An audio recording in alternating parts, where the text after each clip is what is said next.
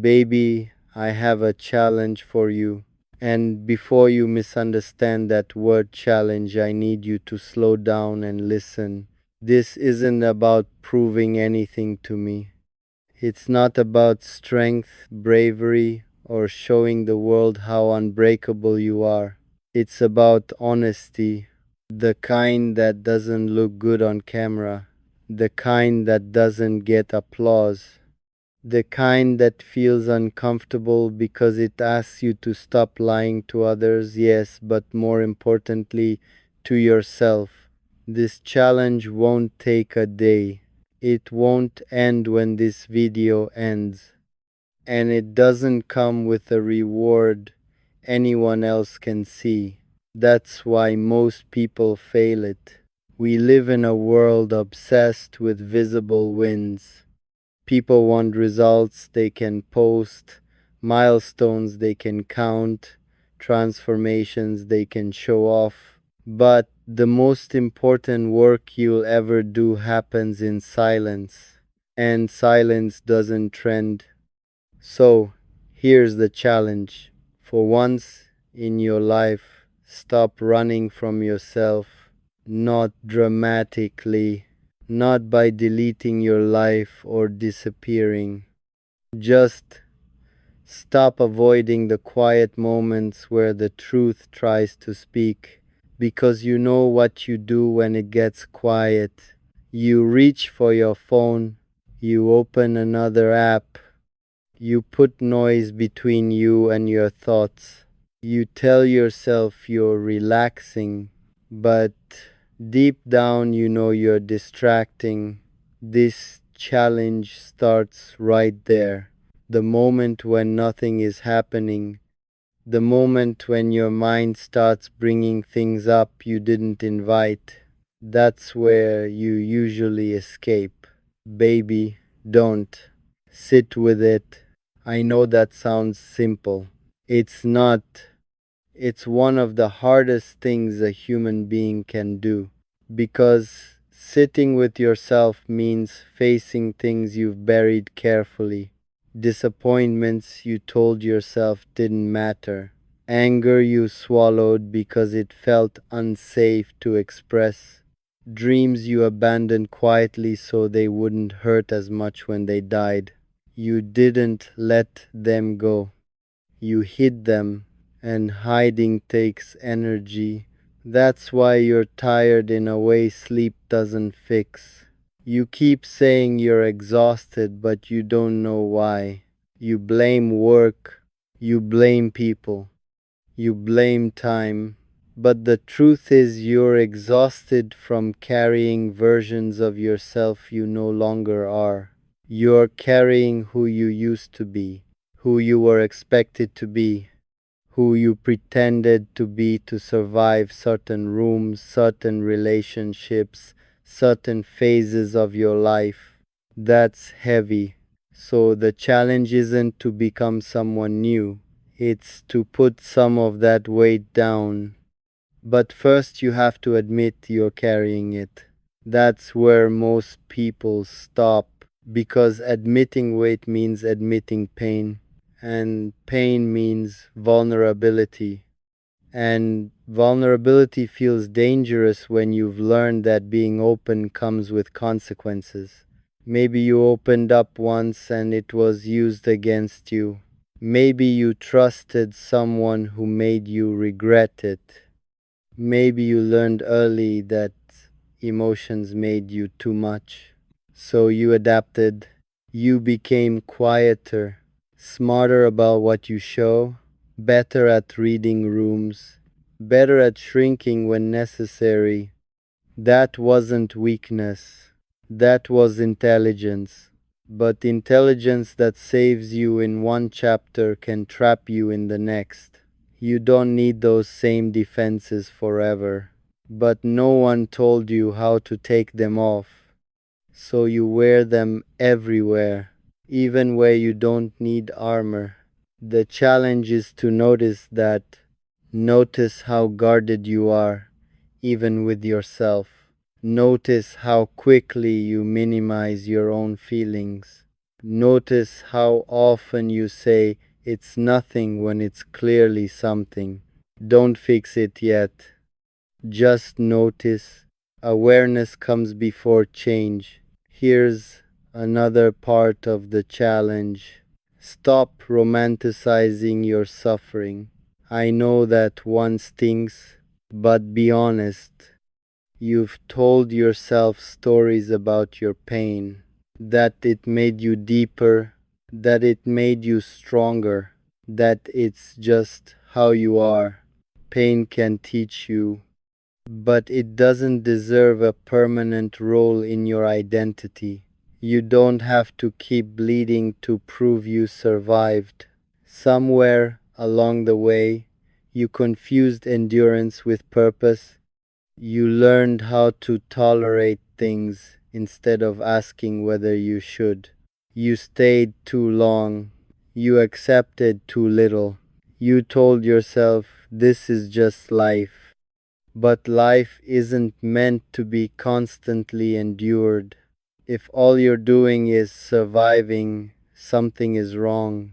The challenge is to question what you've normalized.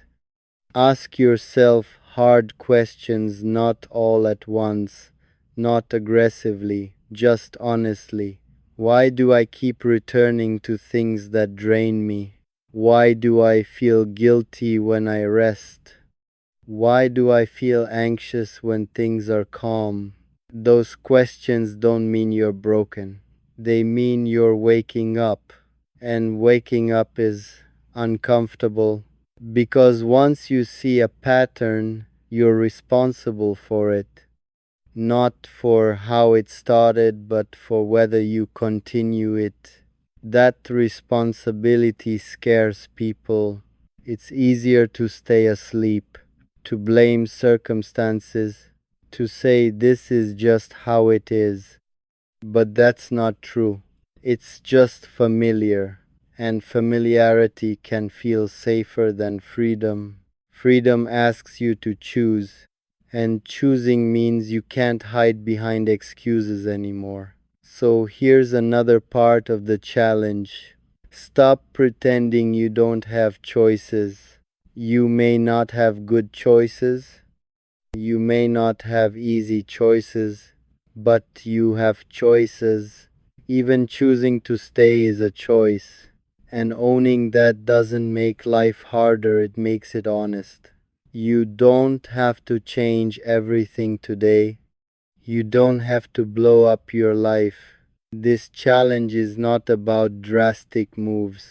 It's about internal alignment, about noticing when your actions don't match your truth. You say you value peace, but you chase chaos. You say you want rest, but you glorify exhaustion. You say you want connection, but you keep everyone at a distance. Those contradictions aren't flaws, they're signals. Signals that something in you is conflicted. The challenge is to stop judging that conflict and start listening to it, because conflict usually means growth is trying to happen. Another rule of this challenge: stop waiting for permission. No one is coming to tell you it's okay to change. No one is going to officially release you from expectations placed on you years ago.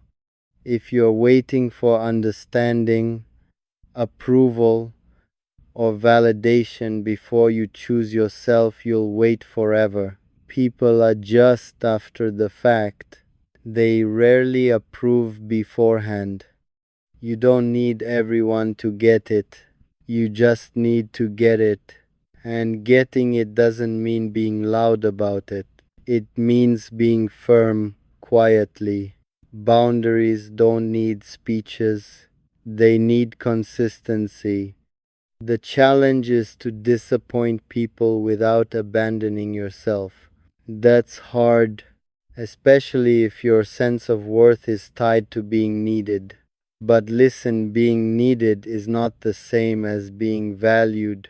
Sometimes people need you because you make their life easier. not because they see you. If removing your effort makes everything collapse, that wasn't balance, that was dependence, and you were carrying more than your share. Here's another challenge: let yourself grieve. Not just losses you're allowed to grieve, but the subtle ones. The version of you that trusted more easily. The dream you stopped talking about because no one took it seriously. The relationship you stayed in too long because leaving felt like failure. Grief doesn't require death, it requires attachment, and you've been attached to things you had to let go of quietly. Unacknowledged grief turns into numbness, or anger, or emptiness you can't explain. So feel it, not all at once, not dramatically, in pieces. Grief doesn't want to destroy you, it wants to move through you. But it can't if you keep locking the door. Another part of the challenge: stop treating yourself like a project. You don't need constant improvement. You don't need to be optimized. You don't need to turn healing into another performance. You are not behind. You are not late. You are not failing because you haven't figured it out. Life is not a race to clarity. Some people look confident because they stopped asking questions, not because they found answers. Stay curious. Curiosity keeps you honest. Certainty often keeps you stuck. Here's a hard one: forgive yourself for what you didn't know. You made choices with the awareness you had at the time. Beating yourself up now doesn't change the past, it just poisons the present. Self blame feels productive, but it's just another form of control. It gives you something to focus on instead of sitting with uncertainty. Let it go, not because you were right, but because you're human. The challenge is to treat yourself with the same grace you offer others. You excuse them, you understand their context, you see their intentions. Do the same for yourself. Another rule: stop confusing peace with boredom. If chaos feels like home, calm will feel wrong at first. You might mistake safety for emptiness, stability for lack of passion. That doesn't mean something is missing. It means your nervous system is learning a new language. Let it learn. Discomfort in calm doesn't mean calm is bad. It means you're not used to it yet. The challenge is to stay anyway. And finally, the biggest challenge of all: choose yourself even when no one is watching. Not when it's impressive, not when it gets praise, but in the quiet decisions: what you tolerate, what you repeat, what you walk away from without announcing it.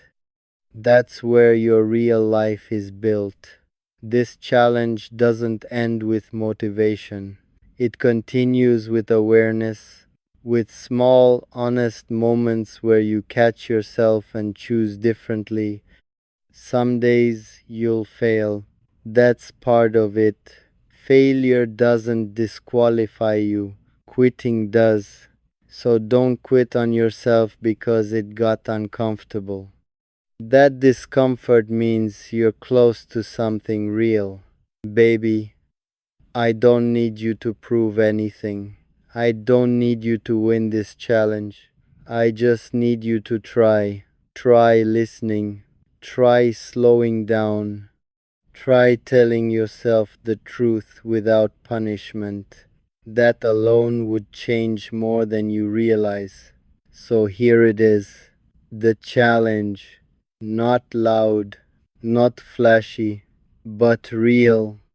Stay with yourself, even when it's hard,